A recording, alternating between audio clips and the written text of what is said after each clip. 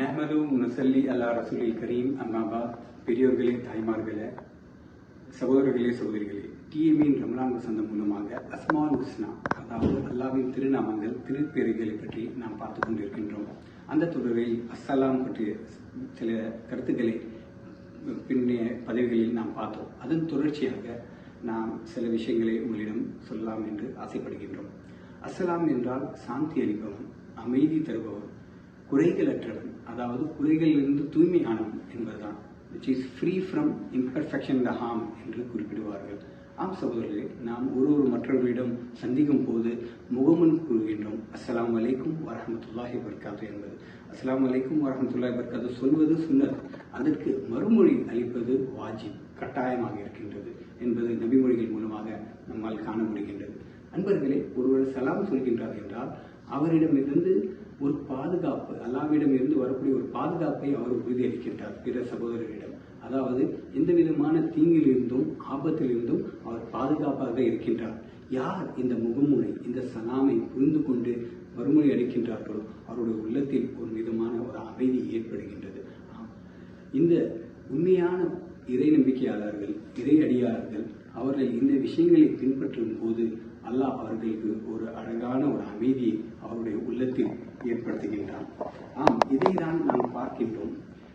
இதன் வழியாக நாம் தாருசலாம், அதாவது சோனத்துக்கு உண்மையான அமைதி அடைந்த அந்த உலகத்திற்கு நாம் செல்ல முடியும் என்பதும் திருக்குர்ஆனும் நம்மளுக்கு வழிகாட்டுகின்றது.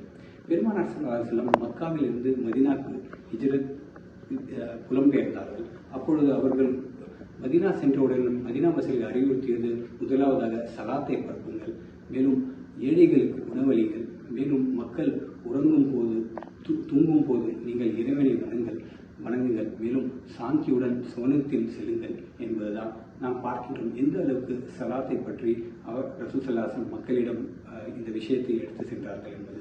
சலாம் மூலமாக மனிதர்கள் தங்களுடைய குரோதத்தை, தங்களுடைய வெறுப்பை எல்லாம் கழித்துவிடலாம். யாரும் வெறுப்பை மனதில் வைத்துக்கொண்டு சலாம் கூற மாட்டார்கள் இல்லையா? சலாமை நாம் நல்ல எண்ணத்துடன் கூறும்போது அந்த வெறுப்பு, குரோதம் எல்லாம் அழிக்கப்படுகின்றது என்பதை நம்மால் பார்க்க முடிகிறது. ஒரு நல்ல அடியார்கள் இறைவனுக்கு கட்டுப்பட்டு அடிபணிந்து வாழும்போது அல்லாஹ் அவர்களுக்கு சாந்தியும் சமாதானம் உண்டாகுவதாக என்று திருக்குர்ஆனில் குறிப்பிடுகின்றான். தூதர்களை குறிப்பிடுகிறார். நூஹ் அலைஹிஸ்ஸலாம், இப்ராஹிம் அலைஹிஸ்ஸலாம், மூசா அலைஹிஸ்ஸலாம், ஹாரூன் அலைஹிஸ்ஸலாம், இலியாஸ் அலைஹிஸ்ஸலாம், மேலும் அனைத்து நபிமார்களும் உங்கள் மீது சாந்தியும் சமாதானம் உண்டாவதாக என்று அல்லாஹ் குறிப்பிடுகின்றான். தேர்ந்தெடுக்கப்பட்ட அடியார்களையும் அல்லாஹ் குறிப்பிடுகின்றான், உங்கள் மீது சாந்தியும் சமாதானம் உண்டாவதாக என்று. அதே போலவே ஒரு மனிதன் தன்னுடைய வாழ்நாளை கழித்துவிட்டு அவனுடைய மரண நேரம் வரும்போது அல்லாஹ் அங்கேயும் பதிவிடுகின்றான், உங்கள் மீது சாந்தியும் சமாதானமும் உண்டாவதாக. அதாவது மலக்குமார்கள் இதுமான சுப செய்திகளை அவர்கள் குறிப்பிடுகின்றார்கள். மேலும் அல்லாஹ் உருவாக்கி இருக்கின்ற அந்த அமைதி இல்லத்தில் நீங்கள் நுழைந்து விடுவீர்களாக என்பது அல்லாஹ் குறிப்பிடுகின்றான். அன்பான சகோதரர்களே, அல்லாஹ்வின் திருநாமங்களை நாம் புரிந்து கொண்டு நம்முடைய வாழ்க்கையில், அன்றாட வாழ்க்கையில் நாம் அதை புரிந்து கொண்டு செயல்படுத்தினோம் என்றால் அல்லாஹ் அவனுடைய அமைதி இல்லத்தை நோக்கி நம்மளை அழைப்பான். அதை செல்லக்கூடிய பாக்கியத்தை உங்களையும் என்னையும் அல்லாஹ் தருவானாக என்று பிரார்த்தித்து நான் முடித்துக் கொள்கின்றேன். வாக்கிரு தாமான அல்ஹம்துலில்லாஹி ரப்பில் ஆலமீன்.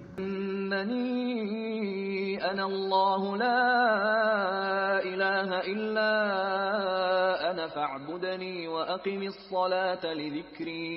رمضان رمضان رمضان يا حبيب، رمضان رمضان ليتك ذوق